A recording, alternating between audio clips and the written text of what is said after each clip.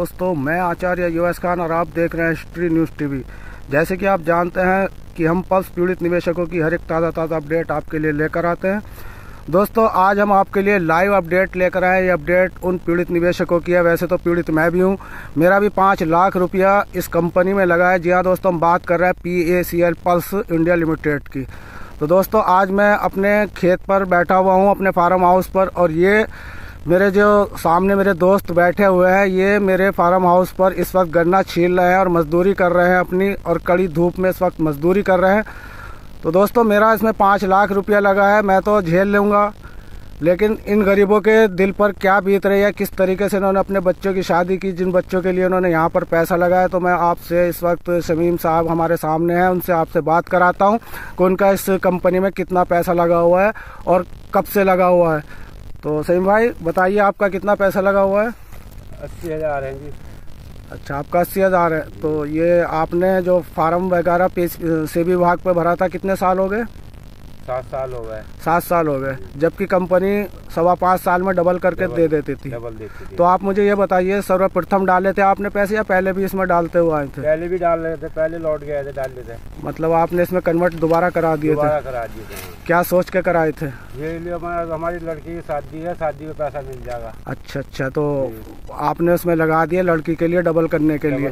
तो आपको ये नहीं पता था कि कंपनी भाग जाएगी? कंपनी पहले भी भागी थी, बीच में उन्होंने फिर पैसा दे दिया था। अच्छा, वो अच्छा, तो हम तो इसी भरोसे पे रहे थे, हमारा पैसा वापसी आ जाएगा। यानी कि PGF जो बंद की थी सेबी विभाग ने, तो उसका पैसा ऑफिस से ही मिला था। हाँ। और फिर आपने जो पल्स उन्होंने खोली दोबारा, वही कंपनी दूसरा रजिस्ट्रेशन लेके भारत सरकार से, तो उसमें आपने दोबारा डाल दिया था। तो दोस्तों, इनका कहना है कि हमें कंपनी पर विश्वास था, क्योंकि कंपनी 1984 से ये दोबारा रजिस्ट्रेशन हुई थी। वैसे 1972 से ये कंपनी PGF चल रही थी।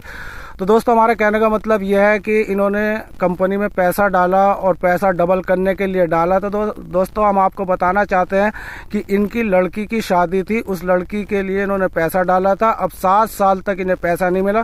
तो आपने सही भाई किस तरीके से फिर शादी का प्रोग्राम अपना? बस शादी पर उधार ही लेकर शादी करी जी। अच्छा, तो शंभू चल रहा था, शंभू का पैसा उधार उठाया, वो किस्तवार जमा करा जी, जब वो शादी करी। अच्छा, तो दोस्तों, यहाँ पे जो इस वक्त आप देख रहे हैं कि निवेशक किस तरीके से परेशान है। किसी का 80,000 रुपया लगा हुआ है और वो अपनी बेटी की शादी के लिए लगाया, वो टाइम पे नहीं मिला। उधार कर्ज लेके इन्होंने शादी की, और अब हालात ये है कि ये भारत सरकार की तरफ देख रहे हैं। तो आपको अभी तक कोई मैसेज नहीं आया? नहीं, कुछ नहीं आया जी। कुछ नहीं आया। वैसे अभी 19,000 तक का जो चल रहा है प्रोसीजर, उसमें निवेशकों को 19,000 तक का मिल रहा है। उसमें भी झोल है, कोई आपकी कमी है, कोई अलॉटमेंट में यस कर दिया है, आपका गलत कैप्चा भरा गया, तो उसमें भी आपको, तो आपने जो मोबाइल नंबर दे रखा है वो आपके पास है? हाँ, वो है। तो उस पर अभी तक कोई मैसेज नहीं आया? अच्छा जी। तो देखना यह है कि आगे जो प्रोसीजर बढ़ता है उसमें क्या शमीम साहब का पैसा मिलता है, क्योंकि 7 साल तो इन्हें अब हो गए। 2,500 से प्रक्रिया शुरू हुई थी, 2018 से चालू की गई थी, अब 2024 चल रहा है। तो दोस्तों, अब अंदाज़ा लगा सकते हैं कि यहाँ पर सेबी की किस तरीके से कछुआ चाल चल रही है। तो अब हम बात कर लेते हैं उनके जो दोस्त बैठे हैं। क्या नाम है आपका? नाजिम। ये नाजिम साहब बैठे हैं, ये भी कहते हैं कि जी मेरा भी पल्स में पैसा लगा हुआ है। तो इनसे भी पूछ लेते हैं कि सर, आपका कितना पैसा लगा हुआ है? कोई ऐसा है 22,000 जी। तो 22,000 है। इनका तो मामला कुछ नज़दीक लग रहा है, क्योंकि 19,000 का ये प्रोसीजर चल रहा है, और ये जो 22,000 रुपया का इनका मामला है, तो अब ये अगले प्रोसीजर में चालू हो जाएगा, यानी कि इनको बहुत जल्द मिल जाएगा। लेकिन शमीम भाई को शायद बहुत लंबा इंतज़ार करना पड़ेगा, क्योंकि इनका लगभग 80,000 रुपया है।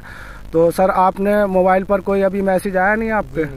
अभी तक हमारे भाई शमीम, क्या नाम था, नाजिम साहब के फ़ोन पर अभी कोई मैसेज नहीं आया। तो नाजिम साहब, आपका जो इस वक्त पैसा वहाँ पर लगा हुआ है, उसका डॉक्यूमेंट आपके पास है? जी। ठीक, वो जमा कर दिया ना। ठीक। तो आप जो है ना, बराबर अपने नंबर पे चेकिंग करते रहे। जब आपका प्रोसीजर चालू हो सकता है अगले साल हो जाए या इसी के एंड में हो जाए।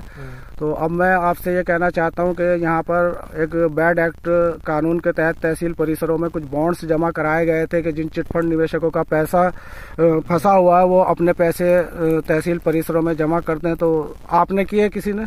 हाँ, किए हमने। अच्छा, शमीम भाई का कहना है कि नजीबाबाद तहसील में इन्होंने वहाँ पे जमा किए। तो उसमें क्या गारंटी दी गई थी? ये वापसी वगैरह 3 महीने 6 महीने वापसी पैसा हो जाएगा। यानी कि 180 दिन का वहाँ पर पैसा वापसी का संकलन में लिखा हुआ था फार्म का। और आपको कितना टाइम हो चुका जमा करे हुए? साल से भी ज्यादा हो गया। साल से ज्यादा हो गया, क्योंकि ये यहाँ जनवरी में जमा किया गया था।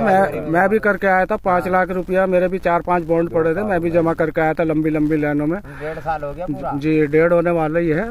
तो अब दोस्तों इधर तो भारत सरकार द्वारा एक बैड एक्ट 2019 का ये प्रावधान चलाया गया कि सभी निवेशकों का जो चिटफंड में चाहे वो सारे को, कल्पतरू को, बाइक बोर्ड को, पीसीएल को, पीजीएफ को, किसी के भी हो, सबका पैसा भारत सरकार देने का जो है एक जिम्मा लिया था। बैड एक्ट 2019 के तहत तहसील परिसरों में पैसा बॉन्ड जमा किए गए, लेकिन अभी तक वहां पर कोई सुध नहीं ली जा रही। अगर ये निवेशक वहां पर जाते हैं तो कहते हैं कि भाई हमारा काम इतना था कि हमने आपके ये बॉन्ड्स वगैरह जो है इनकी कॉपी वगैरह हमने रख ली है, जब भी कोई यहाँ पर अपडेट आएगी तो हम आपको बताएंगे। तो दोस्तों यहाँ पर जो भारत सरकार द्वारा प्रावधान चालू किया गया ये केवल कागजों में सीमित रह जाता है, धरातल पर निवेशकों को कुछ नहीं मिलता। इससे ऐसा लगता है कि यहाँ पर जो इस वक्त भारत सरकार की नीति चल रही है वो दोहरी नीति है। इसका एक धुरा दूसरे धुरे से मिलता नजर नहीं आता। एक तरफ तो पीएसएल के पैसा जो है से विभाग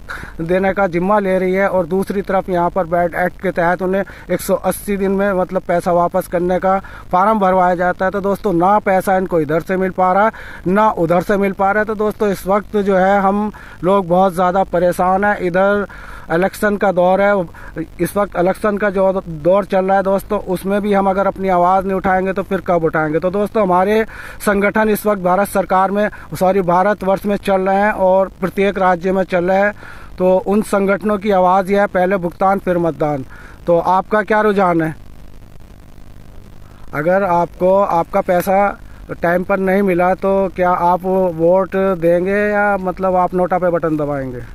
बटन दबाएंगे। जी हाँ दोस्तों, बिल्कुल नाजिम साहब ने बिल्कुल सही कहा, क्योंकि जिस तरीके से डुलमुल नीति यहाँ पर निवेशकों की चल रही है उस हिसाब से नोटा का ही बटन दबाना हम लोगों का फर्ज बन गया है। क्यों बन गया है? क्योंकि हमें पहले भुगतान चाहिए, क्योंकि 7 साल रेगुलर हम प्रयास करते आ रहे हैं और भूतपूर्व सरकार हो या वर्तमान सरकार हो, किसी भी सरकार ने इसको सीरियसली नहीं लिया। क्योंकि यहाँ पर अगर हम बात करें पीड़ित निवेशकों की तो दोस्तों यही पीड़ित नहीं है, 5,85,00,000 निवेशक इस कंपनी से पीड़ित है। अब उनका 5,85,00,000 निवेशकों का 49,100 करोड़ रुपया दोस्तों सोच के देखिए कितनी बड़ी रकम हिंदुस्तान के प्रति एक परिवार की यहाँ पर लगी हुई है। तो दोस्तों ये परिवार बहुत ज़्यादा पीड़ित है और मैं भी पीड़ित हूँ। तो दोस्तों आज हम ये वीडियो इसीलिए बनाई थी ताकि भारत सरकार